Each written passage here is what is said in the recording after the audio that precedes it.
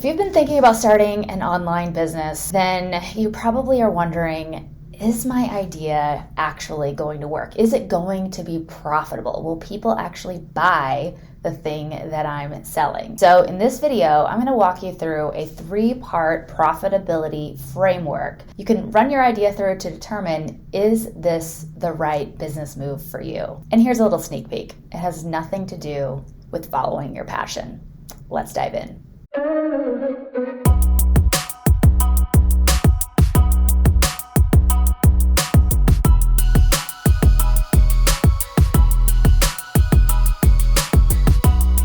So today we're going to talk about how to find your profitable business idea. A lot of you probably already think like, I know what I want to do a business on. I already have a pretty good idea. But for those of you, most people who reach out to me, they're like, I don't know what I would start a business on anyway. I want an online business. I like the idea of creating content and participating in the online ecosystem, the knowledge economy, as I like to call it. But you're just not really sure what it is you should be talking about or what you could sell a product around when it comes to your knowledge. The first thing we have to unpack is this idea of following your passion. I don't know if y'all have heard this advice before, but people will say things like, if you just follow your passions, then either the perfect idea will come to you, or you might have heard the old adage, something along the lines of, if you follow your passions, you'll never work a day in your life. I think passion is an element of a profitable business. It shouldn't be the key driver in the type of business and the type of thing that you launch for yourself. There's a guy named Mike Rowe. You probably heard of him. He's very famous, but he was the host of that show, Dirty Jobs. And he did a commencement speech and he talked about how people shouldn't follow their passion. If you are always following your passions, the things you know you really love or that you're really good at, then it kind of leaves a lot undiscovered. Because the problem with always following your passion is that depending on where you grew up and who you are and the resources that have been available to you in your life, there might be things that you're very passionate about that you don't even know exist. And vice versa. Even if you are passionate about something, it doesn't mean that you'll actually be any good at that thing. I might be really passionate about singing. I grew up singing, but I was not a world-class singer. And if I would have pursued that, it's like, this is my passion, I don't know that I would have ever been successful turning that into a career or a business because I wasn't actually exceptional at it. I was okay, but I wasn't amazing. Mike Rowe says, and I love this, and it's so indicative of this idea around passion, is that you should never follow your passion, but always take it with you. So that's my commentary about passion. Yes, passions are lovely, but they aren't always the silver bullet in finding a profitable business idea.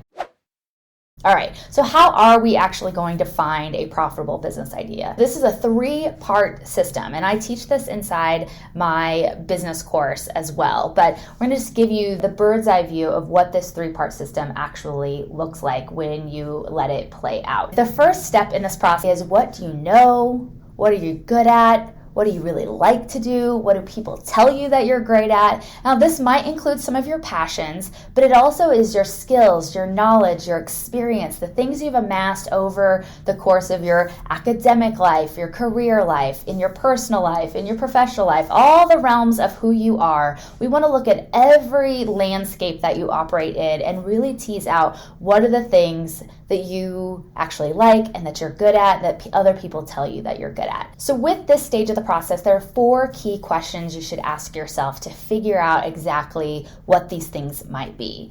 The first is, what comes easy to me? These are things that might not seem very sexy to you right now. You might be like, oh, it's really easy for me to make sourdough bread, or it's super easy for me to do public speaking, or I'm a natural at using a handsaw. I don't know what it is, but these are things that you're just like, I get it, I know how to do it, I spend a ton of time, energy, learning the skill, and it just really comes easy to me now. The next question to ask yourself is, what do people tell me that I'm really good at? So along along these lines, it might be something that layers in of what's really easy to you. So you might have people come to you and ask you questions. Hey, can you help me out with this thing? I could really love your expertise and your knowledge. So maybe you're really good at project management and systems, and people come to you and say, hey, what's your best and favorite project management tool? And you could just talk for hours and walk them through how to set it up and what to do and how to maximize it. And that's just like super easy for you, and people ask you about it. Or maybe people come to you and say, wow, you're really fit through your yoga practice. How should I get started with yoga? And they come to you, ask you for advice about that. So think about the things, and again, it might not align with what you do professionally, and it might not align with anything that you are doing as a side hustle or anything else, but just make sure that you write down all of the things that people ask you about. The next question to ask yourself is, how have I helped people in the past? Do you have anecdotes or stories of people that you helped? Maybe you helped them set up that project management system, or maybe you gave somebody some really great career advice, or perhaps helped them build and install a new entertainment center in their house or something. So what kind of results have you helped people get? Again, these don't have to be in your professional context, but they could be. They could also just be in your personal life. The last question to ask yourself is, if I had a completely free Saturday afternoon, all of my responsibilities were taken care of, and I could sit and read and research about anything, what would you spend an afternoon reading a nonfiction book about? What would you be Googling and looking up on YouTube and watching videos about? What is a subject matter that just gets you lit up and you just want to dive deeper into it? And that's what you would do in your free time. It's not something you're being paid for yet, but it's something that you want to learn more and more about. So here's an example of how I walked myself through these questions and some things that came up as themes for me. So the first one is, what comes easy for me? I wanted to think about, obviously, the things I really enjoy. But things that really come easy to me are tech, getting started, like just building out a website, building out the whole ecosystem to get something launched. I can get that stuff done really fast. I am not intimidated by technology. I will sit and tinker with a new software tool for hours and not even realize that all this time has passed. I really do enjoy it, and it's something that comes super easy to me. I just understand the ecosystem, and just looking at it on a whiteboard, it just all clicks and makes sense for me. Among other things, public speaking came up, giving talks, those types of things, which I've done in the past. Other things that come easy to me are coaching and teasing out themes in people's stories and their challenges, and helping them come up with an approach and a map forward and what to do next. I can sort of take an idea or a concept and tease it down into a framework to sort of explain it and teach it back to people in a more digestible way. I like frameworks, and I like seeing things in a system. And so for me to demonstrate other things to other people, I also like to then create a system or a framework around it. Things that people have told me that I am good at. People have told me that they enjoy my speaking style. They enjoy listening to my podcast. They enjoy how I explain things. They enjoy my coaching. How I break things down is a skill as well. So you see how these are kind of layering on top of each other. And then in terms of helping people get a result, or, things that I would spend tons of time on a Saturday afternoon doing, and it kind of comes back to that tech thing and that systems and that getting started. I would spend an entire afternoon building websites for people, or building funnels for people, because I think it's so freaking fun to get in there and tinker. I also love making content like this and producing podcasts and YouTube videos. I love to get in there and get started and helping people, things that are going to help them take the next move in their business or their career. These are things that kind of came up as I was asking myself these questions. And in terms of Saturday afternoons, I would spend all week researching and diving deep on online business and sales funnel and optimizations and online statistics and how people make buying decisions and what kind of content resonates people, what gets people to click and take action in the online ecosystem. So these are just things that I have noted down in my little trusty notebook, and these are things that you should do for yourself. Once you have this list in place, now we're going to start doing a little bit of customer research. So when you pulled up this list of things, you'll probably sense some themes within this list of ideas that you have now. So you might see wow, I'm really good at this. I really enjoy doing this thing, and people tell me I'm good at it. Or you might say, people tell I'm really good at this, and I've been able to get people some really great results, or I've been able to get myself really great results. Or perhaps you're you know what? The last few months, I've been spending every free moment researching X, Y, and Z. Maybe there's something there. Whatever those are, I want you to circle your top 3 that kind of hit the knowledge, skill, the experience, and the enjoyment categories for you. And I want you to just circle those on your list. And we're going to launch into the second part of this profitability framework. So now that we know what we like, what we're good at, this is sort of covering the passion piece. Now we have to go from looking at what we like and what we want and what we're good at to now looking at the actual market, our potential customers. And we have to make sure that whatever we're going to do aligns with an actual demographic, a market, a customer base that wants what you have to offer. Because here's the deal. You can be putting stuff out there all day, all night, but if people don't want what you have to offer, you are just going to have a really expensive hobby and you're not going to have a business or let alone a profitable one. So we got to make sure that whatever we want to do has an aligned customer base out there that wants what you want. So in this stage, we actually have to do a little legwork. And this is the part that everybody wants to skip. And I want to skip it too because I'm an introvert. I just want to stay in my own head and do my own thing. But this part is really important. And so I'm actually going to be putting out a survey. And so if you're on my email list, you will be getting the survey. And I would love it if you would fill it out and give me some feedback. But what you're going to do is you are going to either do a survey or you're just going to casually ask people. You can go on social media. You can email your 20 closest acquaintances and friends. Whatever it is, you can do it in a lot of different mediums, but I want you to ask 2 different questions. The first is, what is your biggest frustration when it comes to blank? And the blank is whatever that topic was that you came up with. It could be, what is your biggest frustration when it comes to project management or getting things done or organizing your business or your career or organization in general, right? So if you really thought like, I really love helping people establish systems, get from A to Z through project management, things like that, and you want to become the master of a project management tool and teach everybody about it, you then would want to know what is their biggest frustration when it comes to project management, when it comes to getting organized, when it comes to getting things done. And so that's the first question you're going to want to ask, because people love to vent and they love to tell you their biggest hangups and their biggest pet peeves. All of that is in that frustration column. And so if you can get people talking about what really frustrates them or what their biggest pain points are right now, that's going to give you a lot of really amazing insight into your customers and if the solution that you're going to offer actually solves a problem that they have. The second question you're going to ask in this phase is more on the positive side. So the other side was sort of for the negative Nancy's of like, they just want to talk about their frustrations. You then also want to ask a question around their hopes, their dreams. And so it might be something like, you'll say, what is your biggest hope or dream when it comes to X, Y, Z?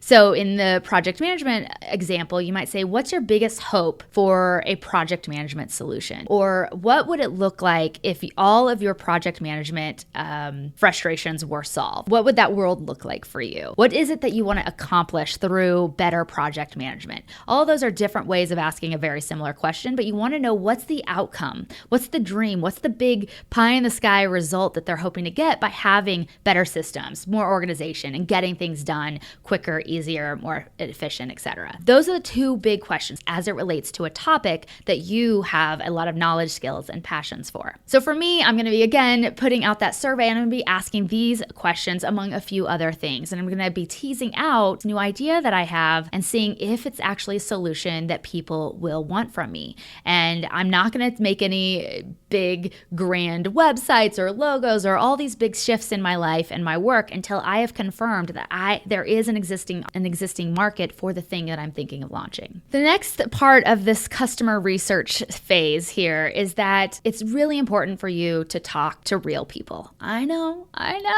You want to start an online business and you're like, I just want to start my online business and operate in my little world because that's how I am. That might be you too. But you are going to need to talk to an actual human and get some more nuance and context for those frustrations, for those hopes, for those dreams. So you can understand at a more salient level what it is they truly want to achieve, what they truly want to be able to do in their work and their life. For me at Inside Study Abroad, as an example from one of my businesses, is I helped people launch careers and study abroad. When I started talking with people and got to the real root, the real hope, the real dream that people had for themselves is that they truly did want to make the world a better place. They wanted to give every young person an opportunity to meet new people, explore new cultures, see the world from a broader perspective than the one they grew up with. As cheesy as that might sound, that was a true core value and a belief of the people that I spoke with. The other thing on a more personal level, a lot of them are like, I love to travel. I love exploring new cultures myself.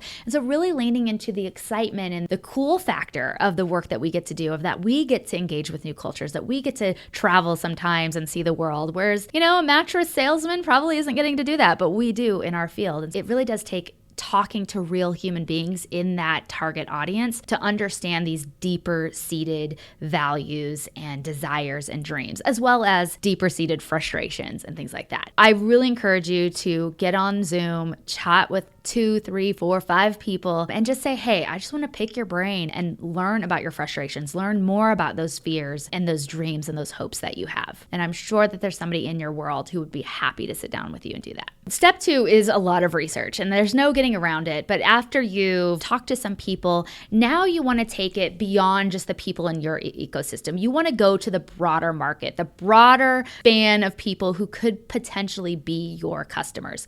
And you don't have to have a huge audience and able to do this. You need to go where the audience already exists. And there are 3 main places that you can go to get some ideas and get some feedback on, is this a good idea? The 3 places you want to focus on are Google, Amazon, and YouTube. The broader idea here is that you just need to use the tools because they've been collecting a ton of data from their users over the course of 20 plus years by now. The first thing you want to do is go to Google, and I just want you to use the Google Suggest feature. So if you've seen this before, but how to launch a YouTube channel or whatever it is that you're interested in doing it. Before you hit enter, it'll auto-populate a list of ideas. So it might say how to start a blog, or how to start a YouTube channel for beginners, or how to start a YouTube channel from scratch. There might be a lot of suggestions that come up through those auto suggestions, and I want you to note all of them down because this is going to give you an idea of what are people searching for, and is this subject matter actually interesting to people on the internet. The next place you're going to go is you're going to go to YouTube, and you're going to do the same exact thing. I don't know if you know this, but they're built on the same search engine framework because Google is the largest search engine in the world, and it owns YouTube, which is the second largest search engine in the world. And so when you go to YouTube, it's going to do the same thing. It's going to give you that auto-suggest feature as well. And from there, you'll be able to see what other suggestions and other videos come up. The next thing you're going to do is you're going to go to Amazon. And Amazon is great because there's likely a book or 20 on every single subject in the world. Now, if you go to Amazon and you put in your key term or your key idea and there are no books about it, that might be a red flag, right? Same thing with the Google Suggest. If there are no research results or if there aren't exact results related to your larger, broader topic, then that would be a red flag that maybe there isn't quite the market for what it is that you're trying to build. This is something I had wished I had done for Inside Study Abroad. I didn't start it as a business, so I didn't go through this mechanism to see if it would be viable. So I just didn't have the opportunity to do this. But looking back, if I had known about these features, I would have done a little searching to see, like, is this something I should approach as a business, or should I just keep it as a little blog? That's something you need to keep in mind. You want to cast a wide net without casting too wide of a net, which we'll talk about in our third step here. When you're going to Amazon, for instance, when you search in project management, for instance, as a book subject, what I want you to do is find the top 5 books on that subject. And then I want you to go to the reviews. I want you to ignore the 1-star reviews and the 5-star reviews, because those are the super fans and the haters, and both of those kind of cancel each other out. We want the middle of the road people that gave it a 3, 4, 2-star review. They're likely going to be giving some great feedback of what they loved about the book, and also what the book might have been missing, or some gaps that are still not being addressed in those particular books. Like I said, this is a lot of research, and this is the heavy lift of starting an online business, but I promise you want to do this before you start paying to have a logo design or building out a fancy website or starting to prospect all these clients and customers. So you've got your customer research down, you've done all of these different tools. Now we want to go into step 3, and this is the talent stack section. This is the part where if you feel There's a lot of people talking about project management, or there's a lot of people talking about how to build furniture, or there's a lot of people talking about how to build an online business, which is an industry that I have been in. And you might be thinking, so it's probably all been done, it's all been said and all the things. And what you can learn about online business is out there. It is being said by a lot of people. In my case, what I can tell myself is that there might be a lot of people talking about it, but not me. And not people with my specific experience, not people with my experience of running a 7-figure business in a very specific industry, or starting my own businesses in the yoga industry, in the travel industry, in the study abroad industry, in the physical product business, in the digital product business, in the online learning business. I have a ton of experience launching businesses and brands in lots of different ecosystems with lots of different product types. I can come at online business education from a very specific angle and point of view. I also have my own personality that I can hopefully bring to these episodes, where I crack my silly jokes, or I start talking really fast because I get so excited, or all the things that make me unique, that bring my unique special sauce to this equation. It is not overdone. It is not oversaturated. There is still room for you to talk about your topic, even if you feel like, wow, there's a ton of people talking about it. So this concept of the talent stack actually comes from Scott Adams. He's the creator of the Dilbert comics. And he talked about how he wasn't the best artist, he wasn't the best business expert, and he wasn't the funniest person. But if you bring all of those skills together and all those talents together, he became a pretty good and pretty funny cartoonist talking about the world of work. So if you're really nervous about, it's too saturated, it's too congested in this industry that I want to go into in this subject matter, then just stack on things together to basically kind of create your own little cottage niche. You could argue with my business Inside Study Abroad, that's what I did. I don't know that I'm the best career coach in the world, and I don't know that I'm the most knowledgeable expert person on international education, but I know a lot about both of those, so I combine those two together to offer a new business, Inside Study Abroad, how to land your dream job in international education. And that became my little cottage niche and industry that was very successful. You can do something similar. You can think about specific talents and skills that you had that you did in the first part of this video and bring those all together to kind of come up with this new secret sauce that makes you you. It might just be the subject matter, but your personality. A brand I really love that I just think is interesting. I don't follow it, but I know it exists because I know it speaks to a very specific audience. So it's Nerd Fitness. They make lots of references like Star Wars and Star Trek and sci-fi and that whole ecosystem. And they kind of poke fun at like sort of the nerd stereotype of being kind of skinny and scrawny and smart, but not muscular and fit and fast. So they kind of merge these two worlds together and it attracts their perfect audience. So think about different ways that you can layer in elements of your personality, elements of experiences that you have, obviously just skills and talents that you have, and you can bring all of these things together, create a new brand within that industry that has a very specific target audience.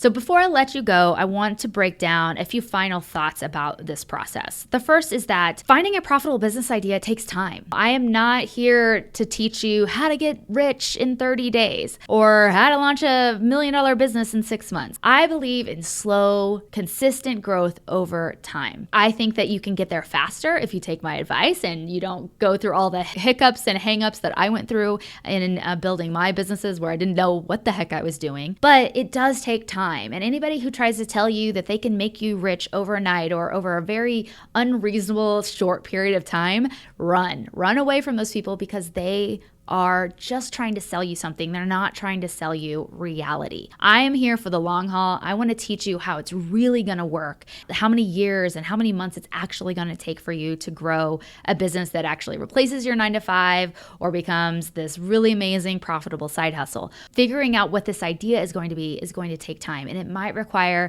some adjustments and some pivots over time. I've done that many times, and it will likely happen for you too. Make sure you go deep with a few people one-on-one. I know I already talked about this a little bit, but don't skip this step. This is the step that everybody wants to skip. Do not skip this. Call up a few people and say, hey, you asked me for advice a while back about X, Y, or Z. Can I pick your brain and ask you what your biggest hangups and frustrations and dreams and hopes and fears and all the things are about that? I'm really trying to get an idea of how I might be able to help more people like you. Once you start doing your business and start putting content and information out there on the internet's going to give you feedback. And you're going to have big hits and you're going to have big misses. And you need to notice those trends. What's a YouTube video that you put out that people really resonated with? What's a podcast that got a ton more downloads than something else? What's a LinkedIn post that got way more engagement and commentary than other posts that you put out? Whatever those things are, take note of those trends and then lean into them. Do another piece of content, do another post about a similar related subject matter and see how that plays and see what other feedback that you get. Follow up with the people who engage with it and say, heck yeah, I totally understand, or ask you questions. Follow up with those people. Really lean into the trends and the content that's working. The next thing is that remember, you do not have to be original. You're not trying to come up with the most unique, innovative idea. If you want to start a tech startup and become the next unicorn, go for it. But that's not the business model I'm teaching you. We're talking about the knowledge economy, knowledge commerce, online business, online learning, online education, whatever you want to call it. And in this ecosystem, you do not have to be new. You just have to get people results. You have to add value. So instead of really focusing on like, oh, there's a billion YouTube videos all about how to find a profitable business idea, so I shouldn't do it. No, I should still do it because I have my own unique perspective and I know I can help people get results and I can help add value to this conversation. So you can do the same thing. Whatever your subject matter is, you need to lean into it and don't worry about being original. Just focus on being valuable. And the last thing I'll say about this is that if a lot of people are doing it and you're like, it's so saturated, you need to take that and run with it because that means that you have hit on something that actually could be a very profitable business for you. If a lot of people are already successful with it, again, that does not mean you shouldn't do it. That's actually likely a big sign saying, hey, that you should look into this a little bit more. So take that as a note of encouragement that you could do something that is very profitable and very successful because other people have gone before you and already done it.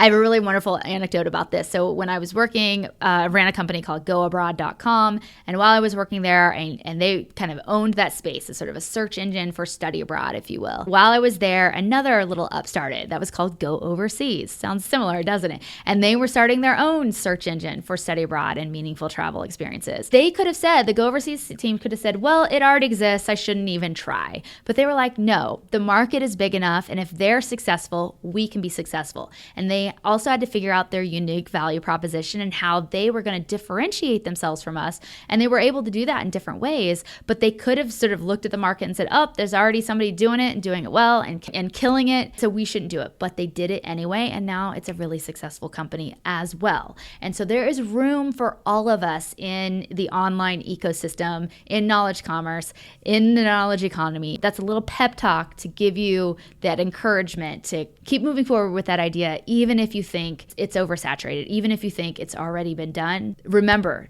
you haven't done it, and so there is something new to be added here. So as I teased before, I'm going to be emailing out a survey. If you want to get access to that survey, go to brookeroberts.co and sign up there, and you'll be able to get on the email list for free. And I will also send you my 30-day online income roadmap, which is my step-by-step 4-week system to show you how you can actually start building a brand, building an online business, and actually start making some money in the next 30 days. You will not get rich. It's not a get-rich-quick scheme. You might have a couple $100 extra in your pocket, but it will get that momentum going for you to start establishing yourself online and your brand and your knowledge base and start actually making an income. So go download that. Just go to brookeroberts.co/roadmap and you'll be able to get on that list. Thank you so much for watching. And until next time, remember that every day you postpone a dream, you weaken it a little. So get out there and make some magic happen. Cheers.